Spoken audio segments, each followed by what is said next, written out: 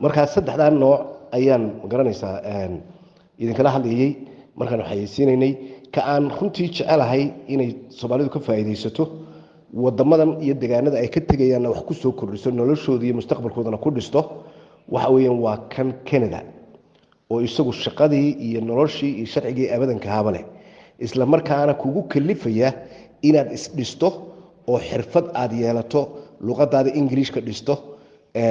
waayo marmarka qaar danaha ayaa ku kalifa oo dan kale oo wanaagsan ku sii gudbiya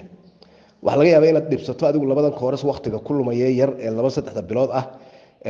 iyo lacagta kaaga baxaysa $1,000 laakiin xaqiiqadu waxa weeye darajadaadii qofnimo iyo awooddaadii lagu baahnaa ee dunidu ku shaqaaleyn lahayd ayaad 80% soo kicinaysaa markaad shahaado la aqoonsan iyo xirfada iyo shahaado la aqoonsan luqadda Ingiriiska iyo wax xirfade